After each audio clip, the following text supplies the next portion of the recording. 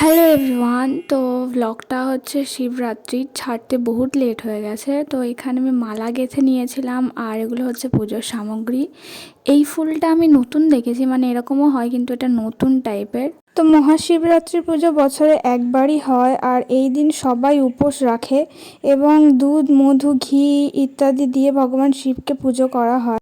কেউ কেউ বলে এই দিন মহাদেব আর দুর্গার বিয়ে হয়েছিল, আবার কেউ কেউ বলে যে এই দিনে সমুদ্র মন্থন থেকে যে বিষ উন্মোচিত হয়েছিল, সেই বিষ খাওয়ার ফলে, বিশ্বকে বাঁচানোর জন্যে সেই বিষ খাওয়ার ফলে যে তাপে সে মরণাপন্ন হয়েছিল, সেই তাপকে ঠান্ডা করার জন্যে এই দিন বাবার মাথায় জল ঢালা হয়।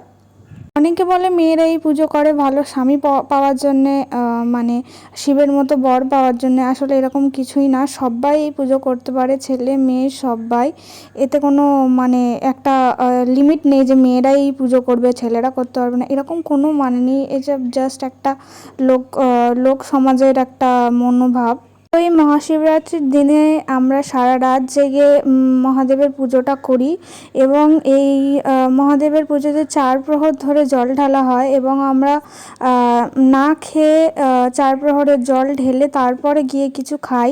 তো এখানে দেখো যজ্ঞ হচ্ছে, হোমযজ্ঞ হচ্ছে, যেটা এখানে তাপ নিয়ে নেওয়ার পর আমরা 4 প্রহরের জল ঢালার আগে এখানে মোমবাতি, ধূপ, নীলবাতি নিয়ে গেছিলাম, এগুলো সব জ্বালিয়ে দিলাম। যেদিন মহাদেবের পুজো সেদিন যে উপোস থাকার ব্যাপারটা, তার আগের দিন না সাত্ত্বিক যে খাওয়াটা, যেমন আতপ চাল, ঘি আর আলু সেদ্ধ, বা শুধু আতপ চালও কেউ খায়, এইটারও একটা সাইন্টিফিক রিজন রয়েছে। এটা আমাদের শরীরের উপরে বহুত একটা ভালো ইম্প্যাক্ট ফেলে। শিবরাত্রির পুজো করার সময় নিজের মধ্যে স্পিরিচুয়ালিটি, সেলফ রিফ্লেকশন অনেক কিছু কাজ করে।